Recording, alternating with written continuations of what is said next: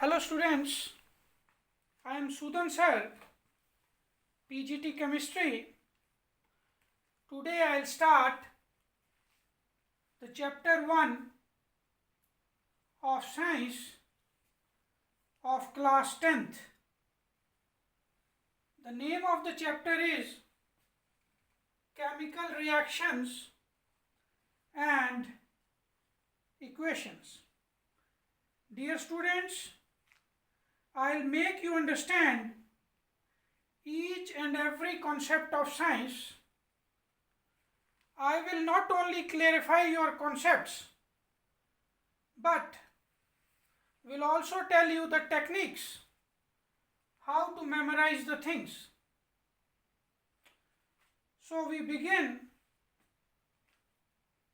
the first chapter, Chemical Reactions and Equations. हमारे आसपास variety of changes होती हैं. वो चेंजेस फिजिकल भी हो सकती हैं और केमिकल भी हो सकती हैं. तो फिजिकल चेंजेस क्या हैं? The processes in which no new chemical substances are formed are called physical changes.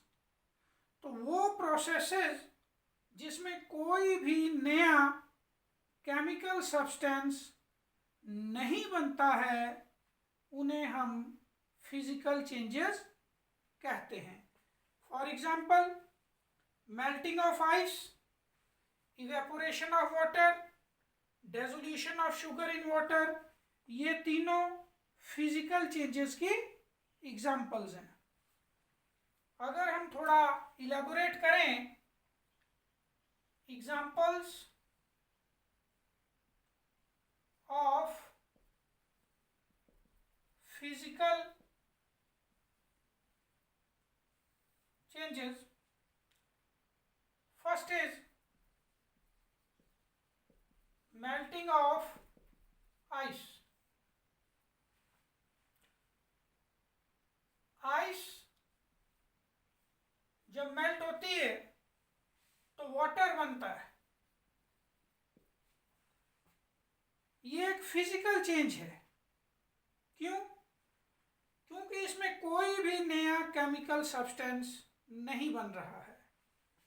Ice का अगर हम केमिकल फॉर्मूला लिखें H2O, वाटर का भी H2O. आइस में वाटर सॉलिड फॉर्म में है, S stands for solid and here I am writing L for liquid. तो यहाँ पर सिर्फ फिजिकल स्टेट चेंज हुई है. वाटर सॉलिड फॉर्म से लिक्विड फॉर्म में चला गया है. Therefore it is a physical change. In case of second example, evaporation of water. What is evaporation? Evaporation means conversion of liquid into vapor form or gaseous form. Here again, no new chemical substance is formed. Water जो है वो water vapour में convert हो गया, लेकिन water और water vapour दोनों का केमिकल फॉर्मूला सेम है. H2O, that is water in liquid form, gets converted into water in the gaseous form. Therefore it is a physical change. Similarly, dissolution of sugar in water. हम चीनी को जब पानी में मिलाते हैं तो कोई भी नया केमिकल सब्सटेंस नहीं बन रहा है. What is the difference? The only difference is initially sugar solid form में है और वाटर में डिसॉल्व होने के बाद वो सॉल्यूशन फॉर्म में कन्वर्ट हो जाती है, डिसॉल्व हो जाती है, लेकिन कोई भी नया केमिकल सब्सटेंस नहीं बन रहा. Therefore it is a physical change. Now we move on to chemical changes. Chemical changes क्या हैं? The processes in which the original substances lose their nature and identity and form new chemical substances with different properties are called chemical changes. तो chemical changes में जो original substance है वो अपनी पहचान खो देता है और नए केमिकल सब्सटेंसेस बनते हैं जिनकी प्रॉपर्टीज भी ओरिजिनल सब्सटेंसेस से डिफरेंट होती हैं। Then we move to the term chemical reactions. Chemical reactions are the processes involving a chemical change.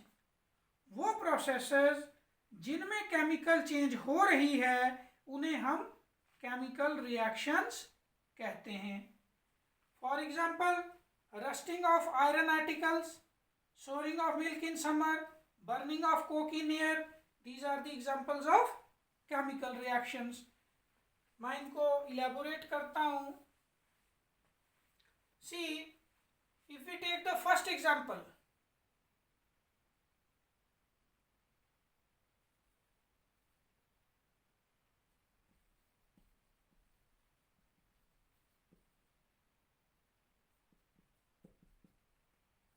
examples of chemical reactions, RXN, I have written the short form of reaction. So chemical reactions वो हैं जिसमें chemical change हो रही है। जब chemical change होगी उसे हम chemical reaction कहेंगे। So if we take rusting of iron,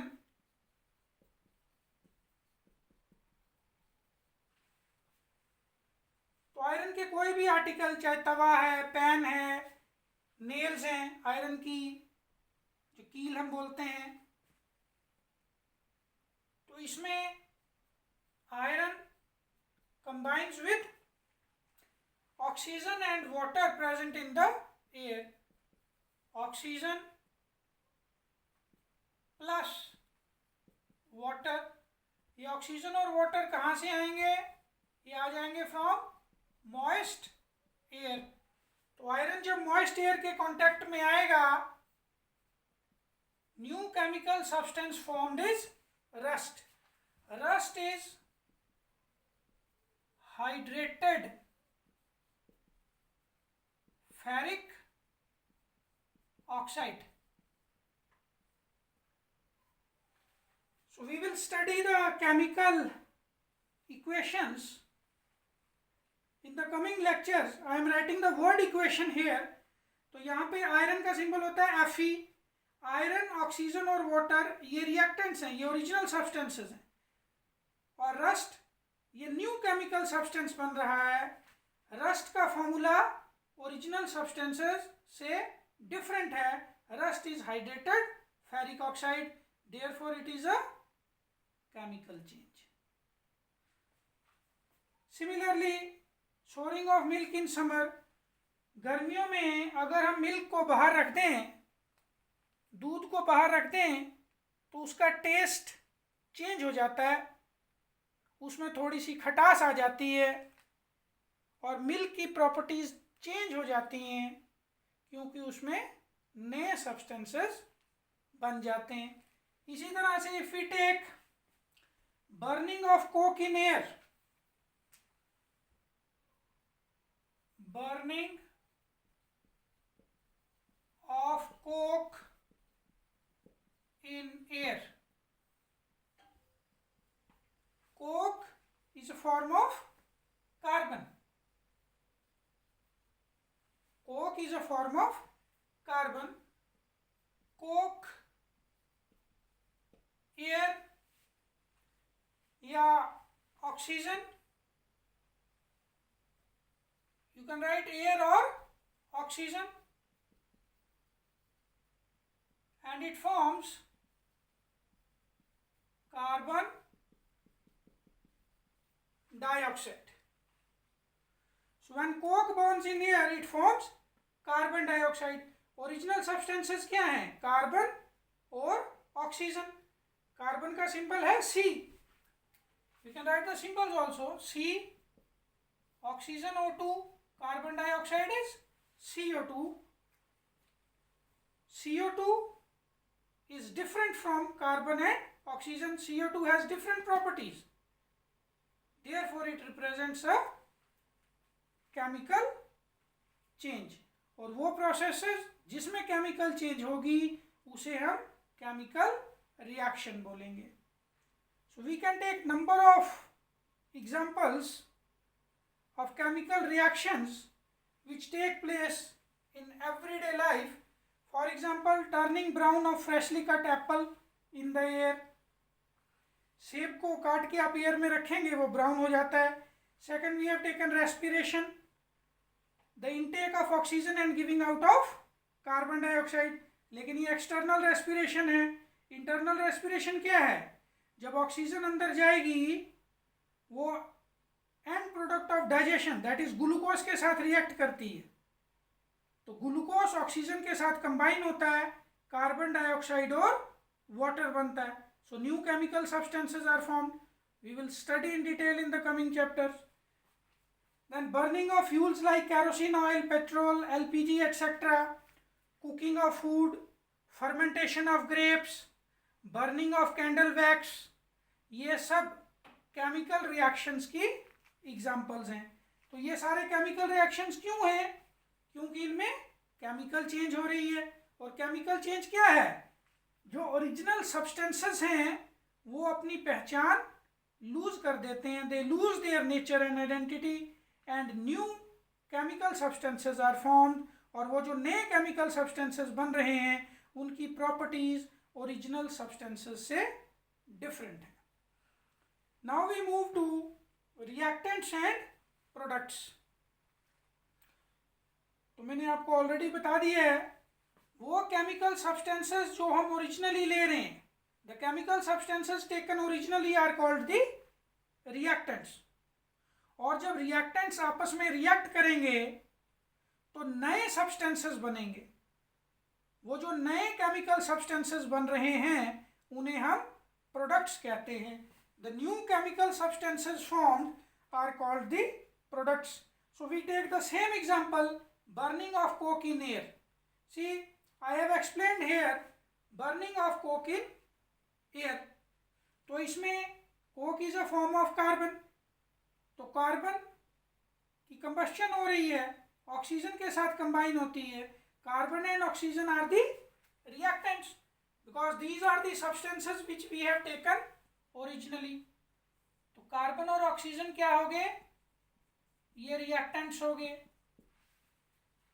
और जो नया सब्सटेंस बना वो क्या है? Carbon dioxide. So carbon dioxide is the product. CO2 is the product. I hope now it is clear to you. तो केमिकल रिएक्शन में क्या होता है? रिएक्टेंट मॉलिक्यूल्स के बीच में जो केमिकल बॉन्ड्स हैं वो ब्रेक हो जाते हैं और नए केमिकल बॉन्ड्स बनते हैं टू गिव द प्रोडक्ट्स. तो केमिकल रिएक्शन में रिएक्टेंट मॉलिक्यूल्स के बीच में जो बॉन्ड्स हैं वो ब्रेक हो जाते हैं और नए केमिकल बॉन्ड्स बनते हैं जिससे नया सब्सटेंस बनता है जिसे हम प्रोडक्ट कहते हैं. So what does it mean? इसका मतलब ये हुआ कि केमिकल रिएक्शन में सिंपली एटम्स की रीअरेंजमेंट हो रही है. जितने एटम्स किसी भी एलिमेंट के रिएक्टेंट्स के साइड होंगे उतने ही प्रोडक्ट्स में होंगे. नया एलिमेंट नहीं बन सकता, नया एटम नहीं बन सकता.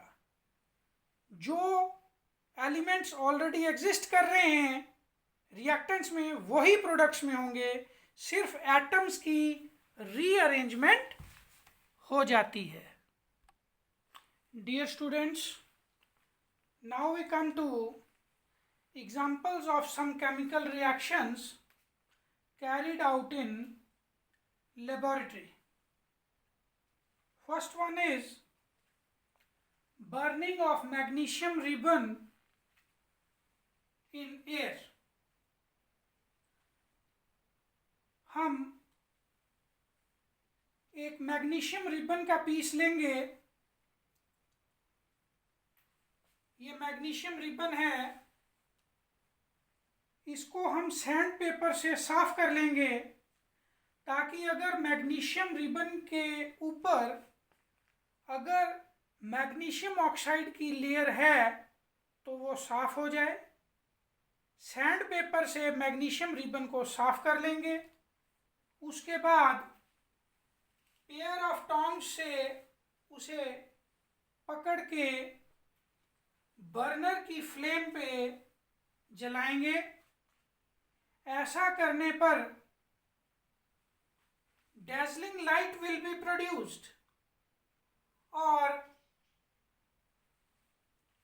वाइट पाउडर प्रोड्यूस होगा। मैग्नीशियम रिबन जलने पर वाइट पाउडर प्रोड्यूस होगा, जो चाइना डिश में गिर जाएगा, जिसे हमने नीचे रखा हुआ है। अगर हम केमिकल रिएक्शन को यहाँ पे लिखें,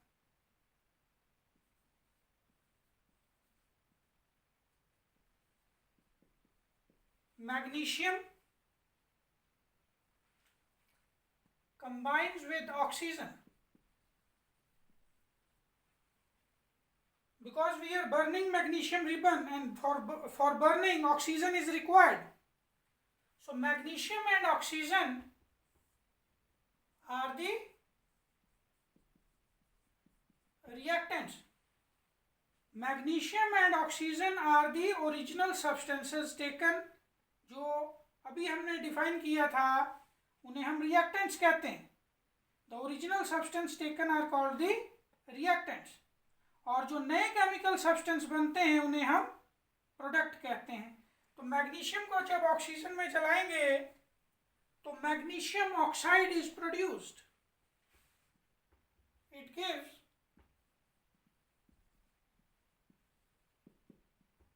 magnesium oxide. So magnesium oxide is the product.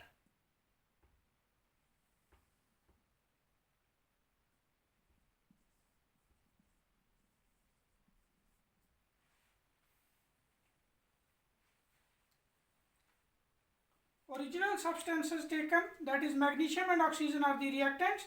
New chemical substance formed is magnesium oxide, which is the product. Therefore, it is a chemical reaction, because magnesium oxide formed has properties different from that of magnesium and oxygen. We are not writing the chemical formula here. अभी हम यहाँ पे सिर्फ word equation लिख रहे हैं, क्योंकि chemical equation अभी आपको नहीं कराया है, वो हम आगे करेंगे। Now we move on to the second example. Dear students, the second example is the reaction between lead nitrate and potassium iodide. इस एग्जांपल में लेड नाइट्रेट और पोटेशियम आयोडाइड ये दोनों रिएक्टेंट्स हैं। These two are the substances which we have taken originally.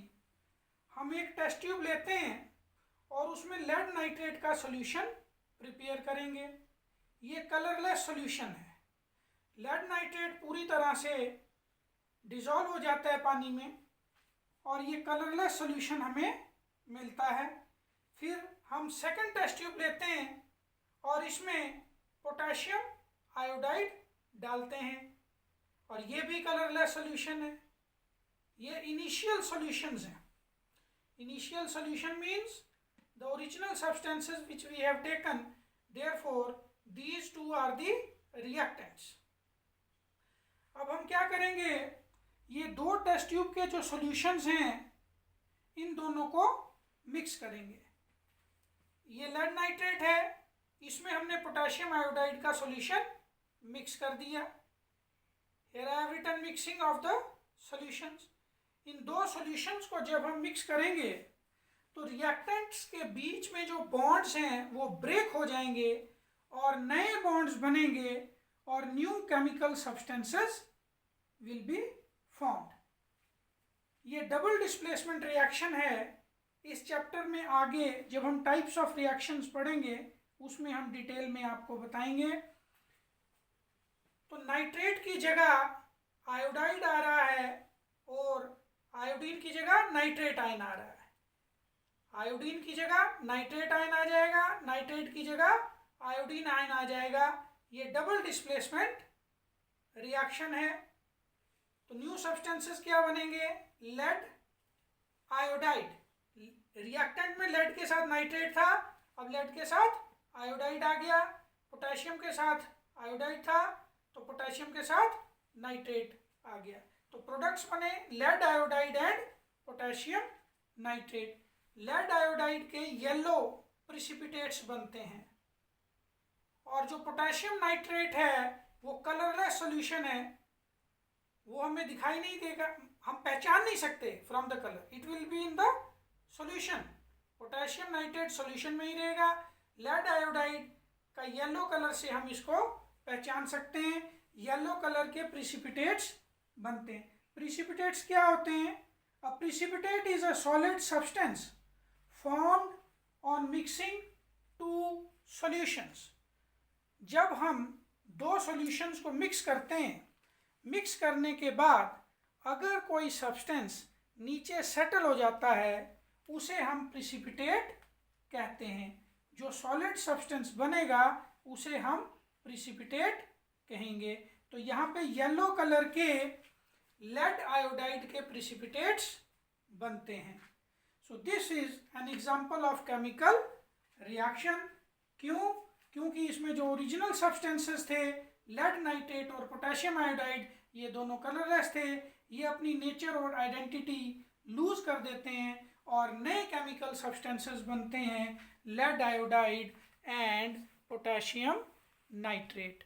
Now we move on to the third example. Dear students, the third example is reaction between zinc and dilute sulfuric acid or hydrochloric acid। इसमें हम एक conical flask लेते हैं और we can take a test tube also. इस conical flask में हम zinc के ग्रेन्यूल्स डालेंगे, जिंक के पीसेस डालेंगे। In the diagram we have shown here pieces of granulated zinc. और फिर इसमें हम डाइल्यूट सल्फ्यूरिक एसिड या हाइड्रोक्लोरिक एसिड डाल देंगे और जो कोनिकल फ्लास्क का माउथ है उसे स्टॉपर से हम क्लोज कर देंगे और यहाँ पे एक ग्लास ट्यूब जो है इसमें इंसर्ट कर दी जाएगी कॉर्क में। और जिंक और सल्फ्यूरिक एसिड के बीच में रिएक्शन होगा। As a result hydrogen gas is produced. Students, ये एक जनरल रिएक्शन है बिटवीन मेटल एंड एसिड। जब भी हम मेटल को एसिड के साथ रिएक्ट करते हैं, salt and hydrogen gas is produced. तो ये सेम रिएक्शन है। Zinc and sulphuric acid are the reactants. जब जिंक सल्फ्यूरिक एसिड के साथ रिएक्ट करेगा तो दो न्यू सब्सटेंसेस बनेंगे। एक जिंक सल्फेट बनेगा, इट इज कलरलेस सॉल्यूशन, और हाइड्रोजन गैस प्रोड्यूस होगी। How will we come to know that the gas produced is hydrogen? Hydrogen का टेस्ट क्या होता है? Hydrogen bonds with the pop sound. इस तरह की आवाज़ आती है। जैसे हम कोल्ड ड्रिंक की बोतल खोलते हैं तो पॉपिंग साउंड आती है, तो it bonds with the popping sound. So we will come to know that the gas produced is hydrogen. Similarly, in place of sulfuric acid, we can take hydrochloric acid also. Again the reaction will be same, metal plus acid gives salt and hydrogen. In case of hydrochloric acid, the salt formed will be zinc chloride, and again the gas produced will be hydrogen gas. और अगर हम इस conical flask को touch करें, ये गर्म हो जाएगा, इसमें हीट प्रोड्यूस होती है, that is it is an exothermic reaction. आगे हम करैक्टरिस्टिक्स में पढ़ेंगे. यहाँ पे जितने भी रिएक्शंस मैंने लिखे हैं, I have written in the form of word equation. We have not written the formula. Zinc का फॉर्मूला Zn होता है, सल्फ्यूरिक एसिड का H2SO4 होता है, zinc sulphate is ZnSO4, hydrogen is H2. क्योंकि अभी हमने केमिकल इक्वेशंस अभी आपको नहीं पढ़ाया है, in the coming lectures we will start that topic. Therefore we have written word equations only. Slowly we will move on to the complex things. In the next lecture we will start characteristics of chemical reaction. Thank you, students.